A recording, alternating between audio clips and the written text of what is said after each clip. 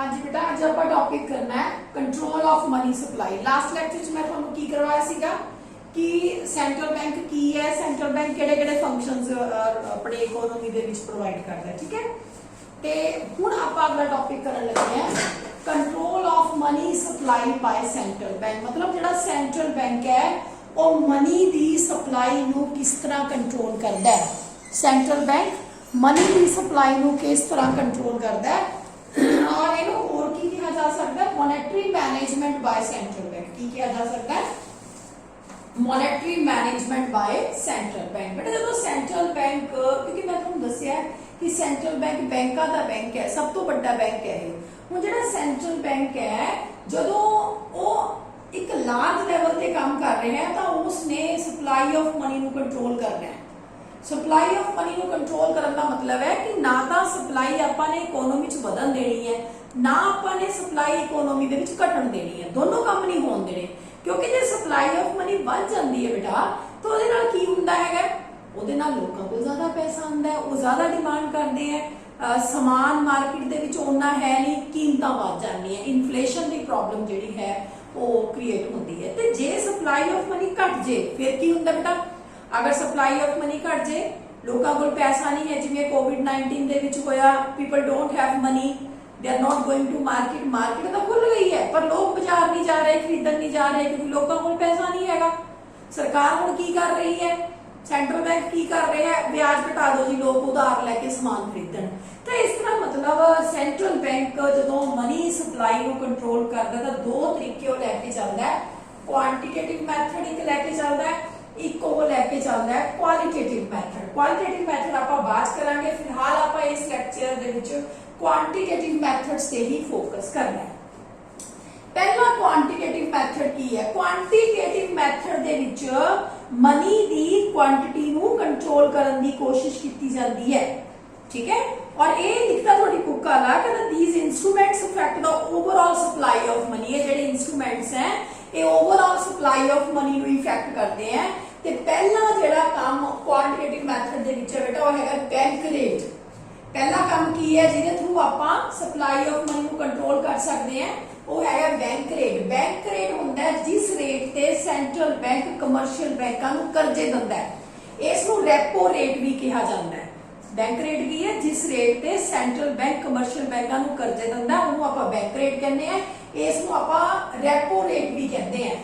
हुण देखो तुहानू एक गल मैं तुहानू पिछले लैक्चर में भी दसी सीगी भी जेड़ा सेंट्रल बैंक है वो आम लोगों नाल डीलिंग नहीं करता, वो कमर्शियल बैंकां नाल डीलिंग करता है। कमर्शियल बैंक आम लोगों नाल डीलिंग करते हैं। मतलब सेंट्रल बैंक ते आम लोगों के विचाले कमर्शियल बैंक एक मीडियोकर की तरह काम कर रहे हैं। ठीक है, हुण जे बैंक रेट हाई है, मैं तुहानू दस्सिया बैंक रेट वो रेट है जिस रेट ते सेंट्रल बैंक कमर्शियल बैंकां नू कर्जे दिंदा है। अगर बैंक रेट हाई है तो रेट ऑफ इंटरेस्ट भी हाई होगा। रेट ऑफ इंटरेस्ट किहड़ा रेट हुंदा है जिस रेट ते कमर्शियल बैंक आम लोगों नू कर्जा दिंदे हैं। जिस रेट ते कमर्शियल बैंक आम लोगों नू कर्जा दिंदे हैं वो हुंदा है रेट ऑफ इंटरेस्ट, ते जिस रेट ते सेंट्रल बैंक कमर्शियल बैंकां नू कर्जा दिंदा वो हुंदा है बैंक रेट। हुण बैंक रेट जे हाई है, आ देखो बेटा बैंक रेट जे हाई है तो रेट ऑफ इंटरेस्ट भी हाई होगा, क्योंकि जो बैंकां नू कमर्शियल बैंकां नू सेंट्रल बैंक तो हाई रेट ऑफ इंटरेस्ट से कर्जे मिले हैं तो वो अगे naturally high rate of interest से कर्जे देंगे। तो जे रेट बैंक रेट हाई है तो रेट ऑफ इंटरेस्ट हाई होगा।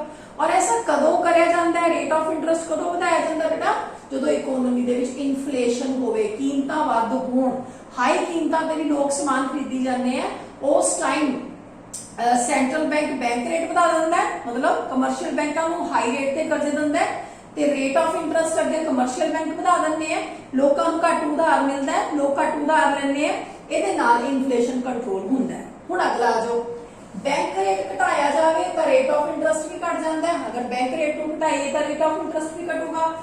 तो इहदे नाल अगर रेट ऑफ इंटरेस्ट घट है, मतलब कमर्शियल बैंक अगर आम लोगों नू घट रेट ऑफ इंटरेस्ट ते उधार दे रहे हैं, क्यों दे रहे हैं? क्योंकि जेड़ा सेंट्रल बैंक है वो अगे घट रेट ऑफ इंटरेस्ट से उधार दे रहे हैं। ऐसा कदों होएगा अगर इकोनॉमी च डिफ्लेशन है, अगर मंदी है, अगर इकोनॉमी च मंदी है तो बैंक ये चाहूगा सेंट्रल बैंक की मैं ज्यादा लोगों को उधार प्रोवाइड करा ताकि लोग जिहड़े हैगे समान परचेज करन, फिर वो रेट ऑफ बैंक रेट घटा दूगा सेंट्रल बैंक। नाल रेट ऑफ इंटरस्ट घट जूगा ते डिफ्लेशन ठीक हो जाऊगा। ठीक है, हुण तुहाडी बुक वाले ने यही लिखिया होया, कहंदा if bank rate is increased the rate of interest also increase. ठीक है, द क्रेडिट बिकम डियर, उधार महंगा हो जाऊगा। डिमांड फॉर डियर रिड्यूस, यदि उधार की मांग घट जूगी। People demand less loans from the commercial bank. इसी तरह वाइस वर्सा हुंदा है, अगर मंदी है तो बैंक रेट घट जाऊगा, रेट ऑफ इंटरस्ट घट जाऊगा, जो लोग है उधार ज्यादा लैन लग जाएंगे क्योंकि रेट ऑफ इंटरस्ट घट गया। अगर उधार वो ज्यादा लैणगे तो अपने आप डिमांड करनगे तो डिफ्लेशन की प्रॉब्लम सॉल्व हो जाएगी। इस तरह इन्फ्लेशन डिफ्लेशन को सॉल्व करने के लिए सप्लाई ऑफ मनी एक इंस्ट्रूमेंट लिया जाता है ते सप्लाई ऑफ मनी को कंट्रोल करने का पहला तरीका बैंक रेट। अगला है रिवर्स रेपो। मैं तुहानू दस्सिया भी जिहड़ा बैंक रेट है इसनूं रेपो रेट भी कहा जाता है। की कहा जाता है बेटा? Repo rate. ते जिहड़ा रिवर्स रेपो रेट की होया इत्थे रेट आऊगा। रेपो रेट दा उल्ट की हुंदा है? बैंक रेट या रेपो रेट की सीगा जिस रेट ते सेंट्रल बैंक कमर्शियल बैंकां नूं कर्जे दिंदा है। ठीक है, ते रिवर्स रेपो रेट की है?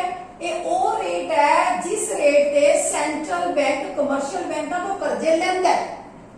मैं की लिखा है इस reverse repo rate is rate at which central bank ready to get credit from the commercial bank. Central bank commercial बैंकां तो उधार लैण वास्ते जिस रेट ते तैयार है उसनूं आपां रिवर्स रेपो रेट दा नाम दिंदे। It is opposite to the repo rate. ठीक है, हुण देखो जी रिवर्स रेपो रेट ज्यादा हुंदा बेटा, अगर रिवर्स रेपो रेट ज्यादा है, अगर रिवर्स रेपो रेट ज्यादा है तो पीपी जो बैंक है found more to central bank, जेडे है more fund to central bank को प्रोवाइड करनगे क्योंकि रिवर्स रेपो रेट हाई का मतलब है कि कमर्शियल बैंक अगर सेंट्रल बैंक को उधार देने हैं तो वो ज्यादा ब्याज देगा, है ना, तो ज्यादा बैंक उधार देने को तैयार होंगे।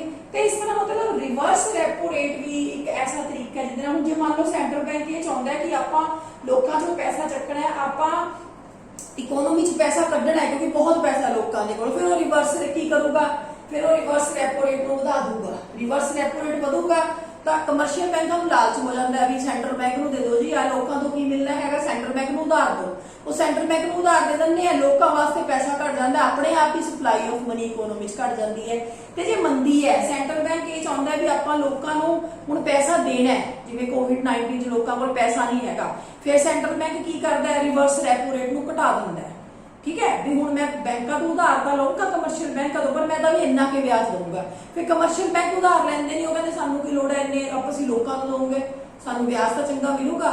तो जो जिहड़ा बैंक है कमर्शियल बैंक है उधार सेंट्रल बैंक को ना दे के लालच लोगों को दिंदा है क्योंकि सेंट्रल बैंक का रिवर्स रेपो रेट घट है तो लोगों को पैसा जाता है, मनी ऑफ सप्लाई जी लोगों च बढ़ जाती है। इस तरह इन्फ्लेशन डिफ्लेशन को रिवर्स रेपो रेट नाल भी ठीक कराया जाता है। ठीक है, तीसरा आ गया open market operation. Open market operation होंदा है बेटा जिहदे विच खुले बाजार दे विच सिक्योरिटीज दी सेल एंड परचेज करी जाती है। ओपन मार्केट ऑपरेशन की है? ਇਹਦੇ ਵਿੱਚ खुले बाजार ਦੇ ਵਿੱਚ securities the cell and purchase ਕੀਤੀ ਜਾਂਦੀ ਹੈ।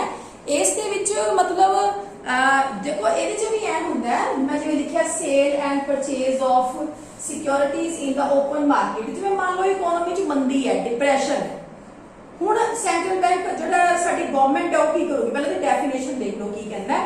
कहना open market operation relates to sale and purchase of securities in the open market by central bank. Sale and purchase securities दी सेंट्रल बैंक करता। हुण मंदी दे टाइम की करूगा सेंट्रल बैंक? मंदी मतलब लोगों को पैसा नहीं है, आप लोगों को पैसा देना है, फिर वो की करूगा? लोगों को सिक्योरिटियां बेच दू, जिहड़ियां है लोगों तो अंदर ही पहले सिक्योरिटी दित्तियां होईयां सीगियां वो लै लूगा, उन्होंने पैसा दे दूगा, लोगों को पैसा आ गया, लोगों ने डिमांड करी, तेजी है, मान लो इन्फ्लेशन है, इन्फ्लेशन च की होगा?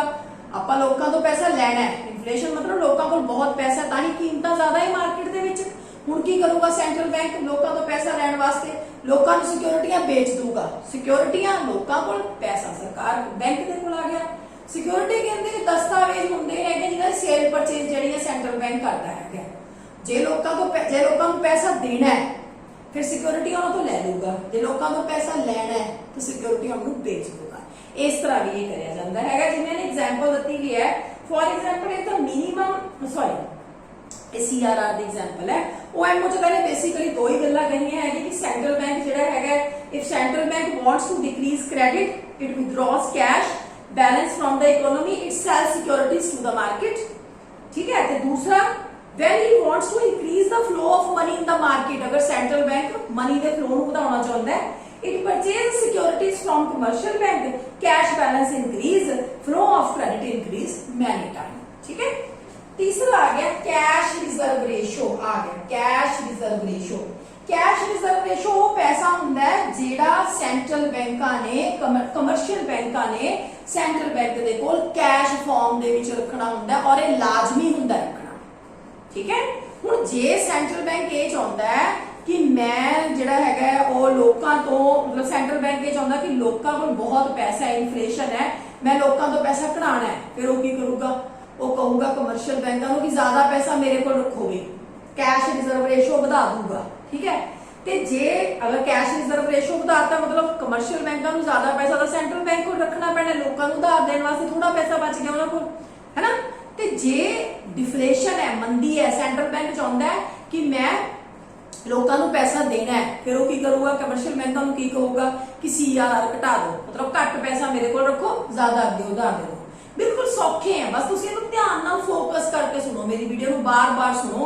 बिल्कुल सिंपल जी गल है। CRR कैश रिजर्व रेशो वो पैसा जिहड़ा सेंट्रल बैंक ने कमर्शियल बैंकां ने सेंट्रल बैंक दे कोल कैश फॉर्म च रखना हुंदा है।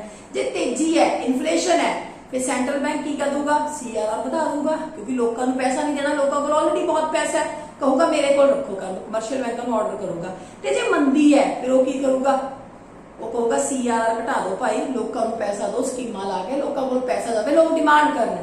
तो इस तरह CRR भी एक तरीका है जिहदे नाल सप्लाई ऑफ मनी कंट्रोल करी जाती है। मैंने एग्जांपल दी हुई है। For example, if the minimum reserve ratio is 10% and total deposits of central bank is 200 crore, it will have to cap 20 crore with RBI। अगर किसी बैंक का 200 करोड़ का पैसा बैंक के कोल है तो 10% कैश रिजर्व रेशो है, तो मतलब 20 करोड़ उन्हें RBI के कोल रखना है, तो 180 करोड़ का अगे लोगों को उधार दे सकता है।